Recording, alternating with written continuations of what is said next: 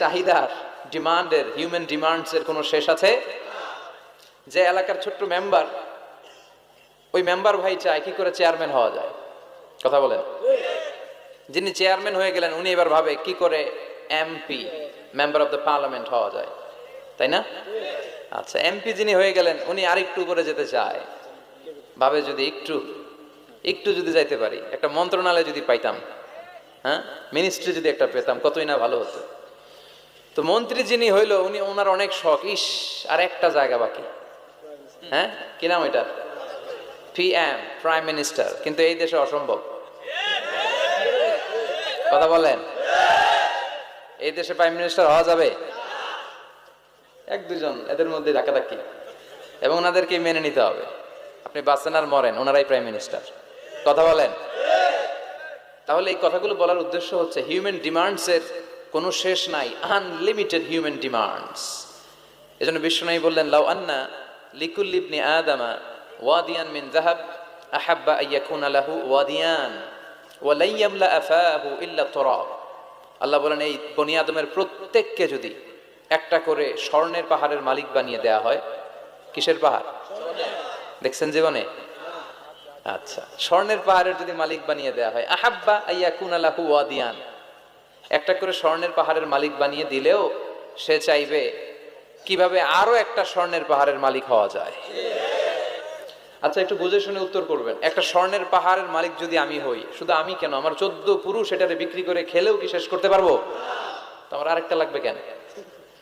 আরেকটা দিয়ে আমি কি করব? স্বভাব।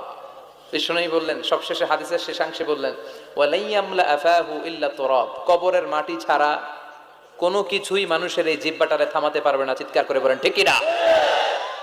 এজন্য যার আছে বেশি, ও চায় বেশি, এই ডিমান্ডটারে একটু কমাতে হবে, আল্লাহর কাছে শুকরিয়া করতে হবে। অর্থের প্রয়োজন আছে, কিন্তু এটার হৃদয়ে স্থান দেয়া যাবে না।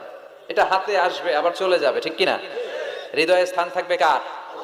যাদের হৃদয়ে আছে আল্লাহর ভয়, তারা কবু পথ ভুলে যায় না। আল্লাহর প্রেম ছাড়া এই দুনিয়ায় কারো কাছে কোনো কিছু চায় না, ঠিক কি না? মুমিনের হৃদয়ে দরদ, ভালোবাসা থাকবে একজনের জন্য। চিল্লায় বলেন তো, তিনি কে? এজন্য আমরা যেন শুকরিয়া করি, আমরা যেন অভিযোগ না করি। দেখেন, আমরা যদি জিজ্ঞেস করি, ভাই আপনি কি চান, কি লাগবে আপনার, কার কি লাগবে, একজন বলবে আমি এটা চাই, আমার এটা নাই, আমি ওইটা চাই, কত কিছু লাগবে আমাদের।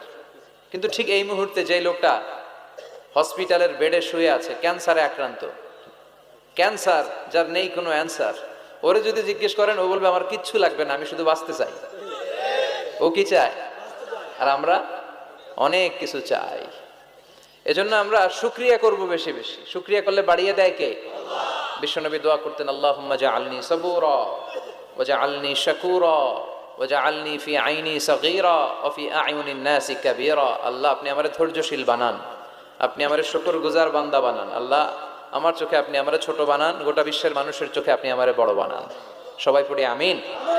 এজন্য সবসময় প্রশংসা করব কার? কম কম না বেশি বেশি?